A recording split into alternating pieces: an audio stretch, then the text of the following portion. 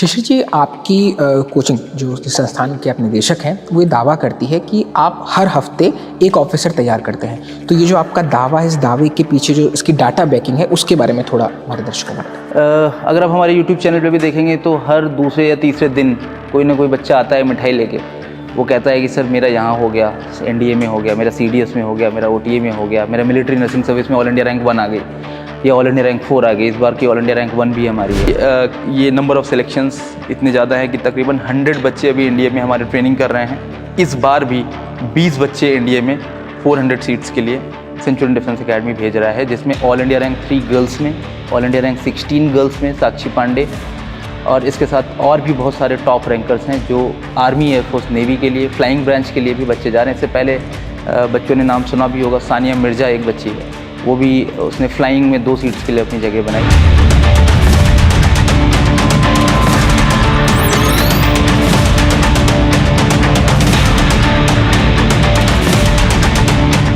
आज की ये बातचीत हमारे उन दोस्तों के लिए ज़रूरी है जो NDA की, CDS की, MNS की तैयारी करना चाहते हैं। कुल जमा ये कि अगर आप सेना के अफसर बनना चाहते हो, सेना की वर्दी धारण करना चाहते हो, तो आज की इस बातचीत को आप जरूर देखें। नमस्ते, मेरा नाम दीपक है, आप देख रहे हैं द ललन टॉप।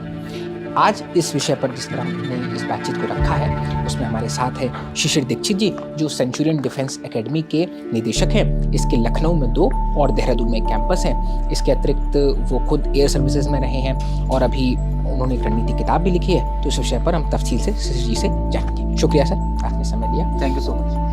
तो सबसे पहले बेसिक सवाल से, क्योंकि अमूमन स्कूल के बच्चों को इसमें ही रहता है कि हमारे एक भैया या एक बहन या ये चाचा जी के लड़के या वो ताऊ जी के लड़के इसमें हैं, लेकिन उनके पास एनिग्मा बहुत है, इन्फॉर्मेशन थोड़ा कम है। तो NDA के बारे में, CDS के बारे में, एग्जाम क्या होता है, इसकी क्या एलिजिबिलिटी है, इसके बारे में थोड़ा सा स्कूल गोइंग जो हमारी जनरेशन, हमारे दोस्त हैं, उनको थोड़ा इसके बारे में बताएं। जय हिंद प्यारे बच्चों। NDA, CDS, MNS, ये आर्म फोर्सेस में अगर आप ऑफिसर पद पे ज्वाइन करना चाहते हैं, एक अग्निवीर हो गया, और अगर आप ऑफिसर पद पे ज्वाइन करना चाहते हैं तो MNS, जिसका मतलब है मिलिट्री नर्सिंग सर्विस। NDA ज़्यादातर बच्चे जानते हैं, अगर नहीं जानते हैं तो नेशनल डिफेंस एकेडमी, जिसको हम most meaningful undergraduate programme बोल सकते हैं, जो 12th के बाद, यानी कि 12th में ही जब आप 11th क्लास का एग्ज़ाम ख़त्म करते हैं, तब से आपका पहला अटेम्प्ट शुरू होता है।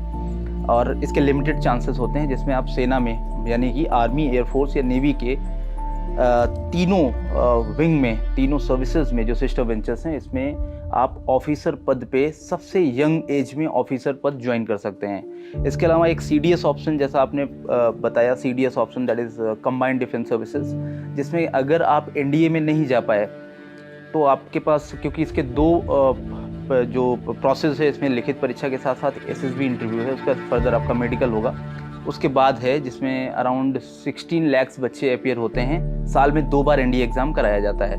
अगर बच्चे नहीं क्वालिफाई कर पाते तो वही बच्चे आगे CDS एग्ज़ाम के लिए जाते हैं। ये दोनों एग्ज़ाम UPSC कंडक्ट कराता है।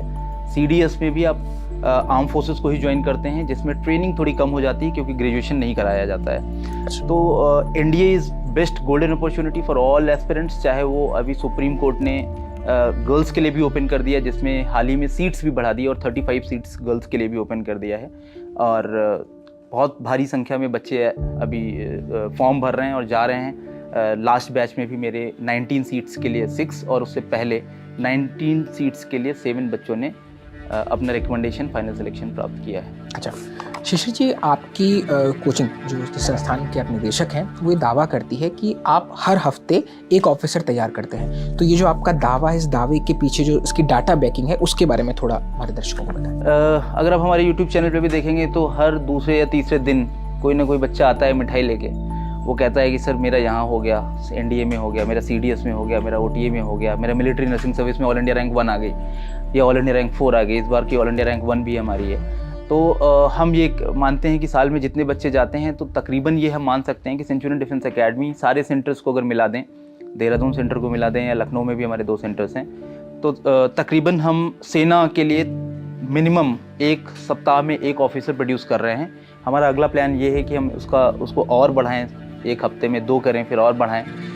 तो डेफिनेटली ये नंबर ऑफ़ सिलेक्शंस इतने ज़्यादा है कि तकरीबन 100 बच्चे अभी इंडिया में हमारे ट्रेनिंग कर रहे हैं। इस बार भी 20 बच्चे इंडिया में 400 सीट्स के लिए सेंचुरियन डिफेंस एकेडमी भेज रहा है, जिसमें ऑल इंडिया रैंक 3 गर्ल्स में, ऑल इंडिया रैंक 16 गर्ल्स में साक्षी पांडे, और इसके साथ और भी बहुत सारे टॉप रैंकर्स हैं जो आर्मी, एयरफोर्स, नेवी के लिए, फ्लाइंग ब्रांच के लिए भी बच्चे जा रहे हैं। इससे पहले बच्चों ने नाम सुना भी होगा, सानिया मिर्ज़ा एक बच्ची है, वो भी उसने फ्लाइंग में 2 सीट्स के लिए अपनी जगह बनाई।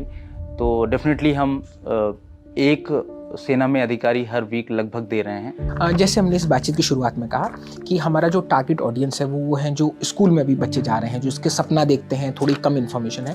तो अगर कोई स्कूल से तैयारी शुरू करना चाहे इन एग्ज़ाम्स की, एनडीए की, एसएसबी की, तो उसके लिए क्या आप टिप्स देना चाहेंगे? स्कूल से आप कैसे शुरू कर सकते हैं? मुझे लगता है एनडीए एक ऐसा एग्ज़ाम है जिसमें आप अगर आईआईटी और नीट के बारे में बच्चे जानते हैं, अगर इससे हम कंपेयर करें तो मैं इसको बोलूँगा 12th के बाद सबसे अगर आसान एग्ज़ाम है सेना में अधिकारी या सबसे मीनिंगफुल करियर ऑप्शन के लिए, तो मैं इसको एनडीए एग्ज़ाम को रखूँगा, क्योंकि इसमें आपको बहुत ज़्यादा एक सब्जेक्ट नहीं पढ़ना है। जैसे फिजिक्स है या केमिस्ट्री, मैथ्स को बहुत डिटेल में नहीं पढ़ना है। अगर आप थोड़ा थोड़ा सारे सब्जेक्ट्स को पढ़ें, एग्ज़ाम के प्रारूप को ऐसा इन्होंने डिज़ाइन किया है, 2 पेपर होते हैं। एक पेपर है बिल्कुल बेसिक मैथ्स आती है, जिसमें 12th और 11th में जो बच्चा पढ़ता है वो मैथ्स आती है एक पेपर में, और पेपर 2 जो होता है उसको जीएटी बोलते हैं, जनरल एबिलिटी टेस्ट, जिसमें थोड़ा थोड़ा सब कुछ आता है। मतलब 50 क्वेश्चन साइंस के आगे एनसीईआरटी बेस्ड, 50 क्वेश्चंस आपके साइंस के अलावा आप इंग्लिश के आगे, और 50 क्वेश्चंस आपके नॉर्मल ह्यूमैनिटीज़ के आगे, जिसमें बेसिक करंट अफेयर के 10 क्वेश्चन, और करंट अफेयर में भी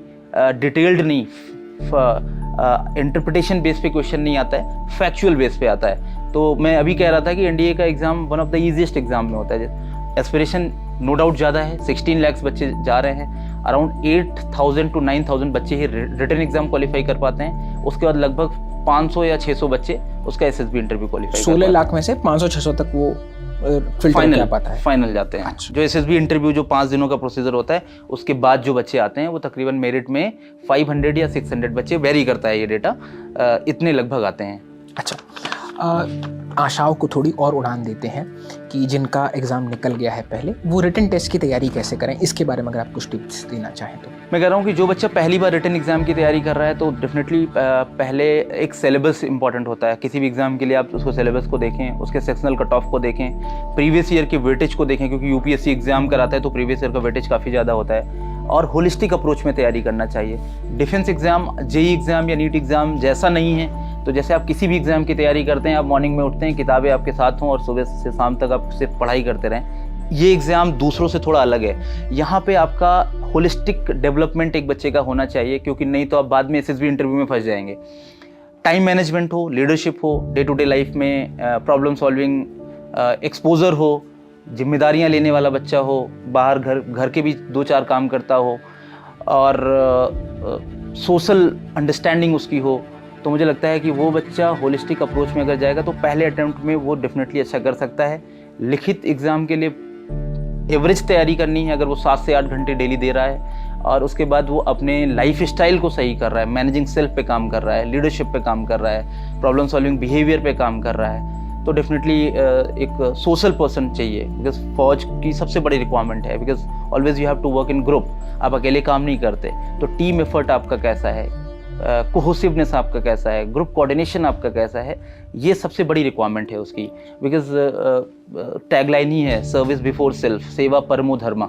तो यहाँ पे हमें सर्वेंट लीडरशिप चाहिए, एंड सर्वेंट लीडरशिप ये है जो दूसरे एग्जाम से बिल्कुल अलग बना देती है इस एग्ज़ाम को।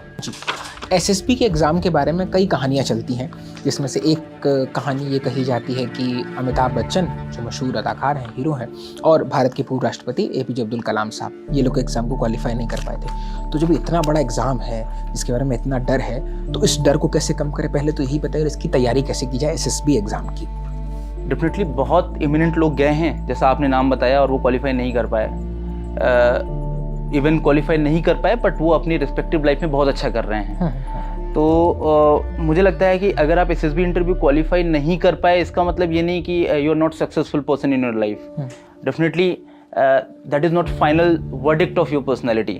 अगर आप नहीं कर पाए तो इसका मतलब ये है कि डेफिनेटली आप आगे कुछ और अच्छा करेंगे, या आप ग्रुप जॉब के लिए कंफर्टेबल नहीं है, क्योंकि फ़ौज का सिनेरियो ऐसा है कि हाई ऑक्टेन सिचुएशन, हमेशा अनफेमिलियर सिचुएशन। आप अरुणाचल के बॉर्डर में हैं, आप -30 के सियाचिन टेम्परेचर में हैं, आप 48 के फलौदी के टेम्परेचर में हैं, या जामनगर में हैं। तो सिनेरियो अगर आप वैसा नहीं, because arm forces are not welfare organisation. एक ऐसा ऑर्गेनाइजेशन है जहाँ पे आपको दूसरों के कंफर्ट के लिए काम करना पड़ेगा, आपके ऑर्गेनाइजेशन के कंफर्ट के लिए काम करना पड़ेगा, और आपका अपना कंफर्ट सबसे लास्ट में आता है। दूसरों का कंफर्ट आपके कंफर्ट से पहले आता है। ये इंटेंट है तो अच्छी बात है, और ग्रेजुअली आप डेवलप कर सकते हैं। मुझे लगता है कि अगर फ़ौज के लिए आपको लगता है, आपको, बिकॉज मैं देखता हूँ ऑल ओवर इंडिया से, पूरे देश के हर राज्य के हर ज़िले से बच्चे मेरे पास आते हैं। तो मैंने देखा कुछ राज्य ऐसे हैं वहाँ से जो बच्चे आते हैं वो सैलरी के लिए नहीं आते, उनको देश का सिपाही बनना है, उनको तन पे वर्दी चाहिए, उनको वो रौब चाहिए वर्दी का, कि जब वो घर के बाहर लेफ्टिनेंट का वो लिखा हो, तो वो एक एस्पिरेशन है बच्चों की। उनके घर में बीघों की ज़मीन है, उनको नहीं चाहिए इतना पैसा। तो मुझे लगता है कि ऑफिसर काडर उसके लिए अच्छा है। अच्छा, मैं अग्निवीर तो नहीं सजेस्ट करूंगा, बट ऑफिसर काडर सजेस्ट करूंगा अगर बच्चा पढ़ने में ठीक ठाक है। अब आप एक बार नहीं हो पाता तो दूसरी बार करिए, दूसरी बार नहीं हो पा रहा है तीसरी बार करिए। फौज तो आपको 41 साल की एज तक ऑफिसर बनने का मौका देती है। टेरिटोरियल आर्मी के थ्रू भी आप सेना में अधिकारी बन सकते हैं। तो आपके पास लंबी अपॉर्चुनिटी है जी। इसमें एक सवाल ये था, और ये हमारे बहुत सारे दोस्त हैं जो इससे जूझते हैं, हम सब इससे कभी ना कभी जूझते रहे हैं। एसएसबी के एग्ज़ाम के लिए आप इंग्लिश स्पोकन की भी अलग से तैयारी कराते हैं। तो इसमें 3 तरह की कैटेगरीज होती हैं अमूमन लोगों की। पहले एक जिनको अंग्रेज़ी में लिखने, पढ़ने और बोलने तीनों में समस्या है, तो वो धीरे धीरे पार हो जाती है, क्योंकि अंग्रेज़ी अखबारों से आपको वाबस्ता होना पड़ता है, बाकी और तरह की चीज़ें। तो मान लीजिए जो अंग्रेजी पढ़ने में सक्षम है, लिखने में है, पर बोलने में उतने सहज नहीं है ना, जो अंग्रेजी अखबार पढ़ लेंगे पर बोल नहीं पाएंगे, तो उनको आप कैसे तैयारी हो सकती है, वो अपनी इंग्लिश स्पीकिंग पे कैसे काम करें? वो अंग्रेजी जानते हैं पर बोलने में उतने धारा प्रवाह नहीं है। सवाल बहुत अच्छा आपने पूछा है। मैं आपको ये बताना चाहता हूँ कि इस बार भी जो 20 बच्चे मेरे एनडीए में जा रहे हैं, ज़्यादातर हिंदी बैकग्राउंड के हैं या ज़्यादातर विलेज बैकग्राउंड के हैं।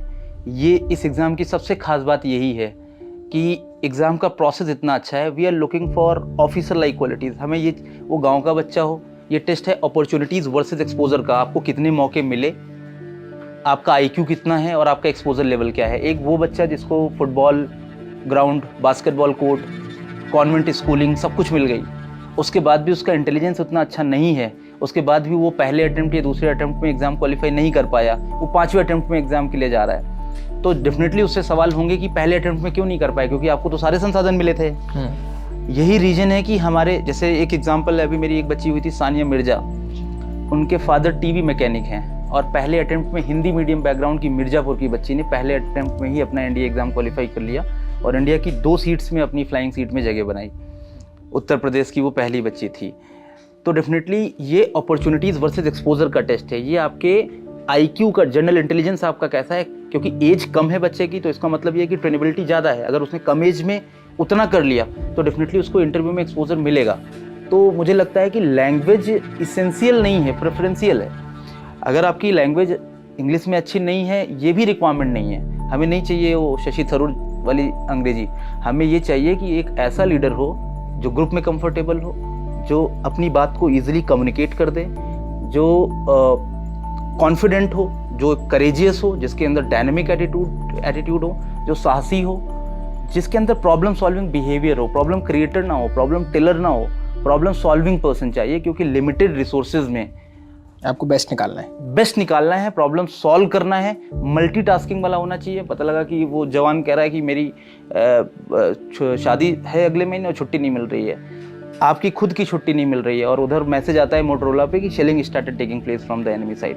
तो आपको मल्टीटास्किंग, रिसोर्सफुलनेस, ये सारा आना चाहिए। अगर ये है तो डेफिनेटली इसी का टेस्ट है, इसको मनसा वाचा कर्मणा की पद्धति पे रखा गया है। बिकॉज इंग्लिश लैंग्वेज एक ऐसी बात है, ये ट्रेनेबल है जी।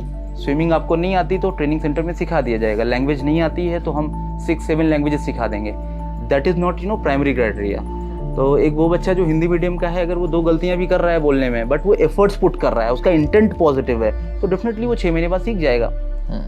तो लगातार कोशिश करें, आतंकित नहीं होना है भाषा से। एक सवाल ये है सर कि जैसे आपकी बारे में हम रिसर्च कर रहे थे, कोचिंग के बारे में भी, कि अतिथि अधिकारी जो है ना, उसके गेस्ट लेक्चर्स होते हैं, जो फॉर्मर आपके सेलेक्टेड स्टूडेंट्स हैं उनके होते हैं, और इसके अलावा वरिष्ठ अधिकारियों के साथ साथ भी आप बातचीत, टॉक शो ऑर्गेनाइज करते हैं। तो हम लोग जब लोग स्कूल में रहते तो हमें लगता था क्या वेस्ट ऑफ टाइम है, इतनी देर में तो तैयारी करके मैं 2 चैप्टर और पढ़ लूँगा, इन टॉक शो से मुझे क्या मिल जाएगा, तो सबके लिए जो बात बता रहे हैं, मुझे स्पेशल तो कुछ मिल नहीं रहा है। या आजकल तो एक नया शिगुफ आ गया कि साहब बाद में जाके यूट्यूब पे सुन लेंगे। तो इन टॉक शोज़ का क्या बेनिफिट होता है, थोड़ा स्टूडेंट्स को आप इसके बारे में बताएं। मुझे लगता है कि जैसे टॉक शोज़ मैं खुद देखता हूँ द लर्निंग टॉप पे, और बहुत सारी ऐसी बातें हैं जो बच्चों को गांव पे नहीं मिल सकती, क्योंकि उनके लिमिटेड संसाधन हैं, उनको इतनी अच्छी मेंटरशिप नहीं मिल सकती।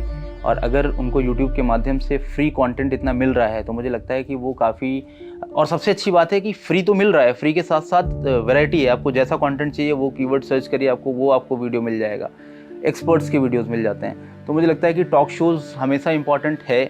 और हमारे समय में जब हम 12th क्लास में थे तो इतना प्रचलित नहीं था यूट्यूब, लेकिन मुझे लगता है कि आज ना सिर्फ स्टूडेंट्स के लिए बल्कि प्रोफेशनल्स के लिए, या किसी भी फील्ड की आप तैयारी कर रहे हैं या आप प्रोफेशनल हैं, तो मुझे लगता है हर किसी के लिए इम्पोर्टेंट है यूट्यूब और इस तरीके के टॉक शोज़। जी, एक आखिरी सवाल इसमें ये है सर कि आपने 165 से अधिक जीटीओ ऑफिसर्स के साथ में आपने सबसे बड़ा ग्राउंड तैयार किया जीटीओ का, जीटीओ ऑब्स्टिकल्स के साथ, जीटीओ ऑब्स्टिकल्स के साथ में। तो इसके बारे में थोड़ा हमारे दर्शकों को बताएं कि ये क्या चीज़ है, आपने कैसे इसको ऑर्गेनाइज किया और ये कहाँ पर है, देहरादून में है, लखनऊ में है, क्या है? लखनऊ में हमारा, क्योंकि जब एसएसबी इंटरव्यू की तैयारी करने के लिए बच्चे आते हैं तो इनको मैंने अभी बताया मनसा वाचा कर्मणा तीनों पद्धति पे हम इनको टेस्ट करते हैं। और टेस्ट करने के लिए उनको कमांडो वॉक, मंकी क्रॉलिंग, ये सारी चीज़ों पे हमें उनको ट्रेन करना होता है, जिससे उसका करेज फैक्टर, उसके डायनेमिक एटीट्यूड पे कहीं से कोई सवाल ना हो, उसके स्टेमिना पे, उसके एंड्योरेंस पे। एटलीस्ट 10 फीट या 12 फीट की दीवार से अगर वो कूद रहा है नीचे तो आराम से कूदे, डरे ना। या ऊपर कमांडो वॉक पे ऊपर उसको कराया गया तो ऊपर उसको बोला गया कि फेवरेट एक्ट्रेस का नाम लेना है, तो उसके एक बार में निकले वो फेवरेट एक्ट्रेस का नाम। तो वो सब हम प्रैक्टिस कराते हैं, जिसमें मल्टीपल टाइम प्रैक्टिस कराते हैं, जिसमें बच्चे को एक आइडिया मिल जाता है कि इंटरव्यू का एक क्राइटेरिया क्या है। और इसका एक उद्देश्य होता है, क्योंकि ये पर्सनैलिटी टेस्ट है, हम जो हमारा बेसिक इंटेंट होता है वो ये रहता है कि हम कैंडिडेट की इनर वैल्यूज़ को कैसे डेवलप करें। हम उसको ये सिखाएं कि कॉन्फ्लिक्ट रेजोल्यूशन क्या होता है, हम उसको सिखाएं कि डे टू डे लाइफ की problems, because problems are part of life, हम सभी की लाइफ में प्रॉब्लम्स हैं, and the way we solve it is art of life. तो वो आर्ट ऑफ लाइफ क्या है, क्योंकि लाइफ की प्रॉब्लम्स का कोई सिलेबस नहीं होता, तो हमें उनको कैसे सॉल्व करना है डे टू डे। जो बच्चा ये सीख जाता है तो वो उसके लिए एसएसबी इंटरव्यू बहुत छोटा सा टेस्ट है। मैं कहता हूँ एसएसबी इंटरव्यू की तैयारी के लिए आप तैयारी मत करिए, आप लाइफ में एक अच्छा इंसान बनने के लिए तैयारी करिए। आप ऐसे कई सारे इंटरव्यूज़ हैं, सारे क्वालिफाई कर ले जाएंगे। तो जीटीओ ग्राउंड में हमने 165 प्लस स्ट्रक्चर्स रखे, जिसमें हम उसको physically, emotionally, mentally, psychologically tough करने की कोशिश करते हैं अपने रेगुलस ट्रेनिंग प्रोग्राम से। चाहे हमारे अभी लखनऊ में अभी जो ट्रेनिंग चल रही है उसमें अराउंड 44 का टेम्परेचर है, फिर भी बच्चे 12 बजे 1 बजे वो पूरी ट्रेनिंग करते हैं, क्योंकि उनके इंटरव्यूज़ लगे हुए हैं, उनको करना है, वो जज्बा है, दूर दूर से बच्चे आके कर रहे हैं ट्रेनिंग। तो देहरादून में भी हमारा जो जीटीओ ग्राउंड है वो अभी अंडर कंस्ट्रक्शन है, but already we have formed India's largest GTO ground in Lucknow centre. अच्छा, ये आपने क्या, इसके अतिरिक्त हमने इस सब पर बात करी कि एनडीए के एग्ज़ाम की, सीडीएस के एग्ज़ाम की, एमएनएस के एग्ज़ाम की थोड़ी बात छूट गई है, उसके बारे में आप आखिरी बताते हैं। एमएनएस के एग्ज़ाम का फॉर्मेट क्या होता है, तैयारी कैसे कर सकते हैं, क्या टिप्स हैं, क्या डूज एंड डोंट्स हैं? मैं कहता हूँ कि नीट एग्ज़ाम के बारे में बच्चों को पता है, ये एक हिडन एग्ज़ाम है जिसको बोलते हैं मिलिट्री नर्सिंग सर्विस एग्ज़ाम। इसके बारे में बहुत कम बच्चों को मतलब आइडिया होता है। ज़्यादातर जो आर्म फोर्सेस के वार्ड होते हैं उनको पता होता है, क्योंकि उनके पापा बता देते हैं। एक पीच कलर की यूनिफॉर्म में लेफ्टिनेंट की रैंक होती है, जो आपने कमांड हॉस्पिटल या स्टेशन मेडिकेयर सेंटर या आर्म फोर्सेस के हॉस्पिटल्स देखे होंगे, जहाँ पे एक ऑफिसर रैंक पद होता है और मिलिट्री नर्सिंग सर्विस उस सर्विस का नाम होता है, और टैगलाइन है सर्विस विद स्माइल।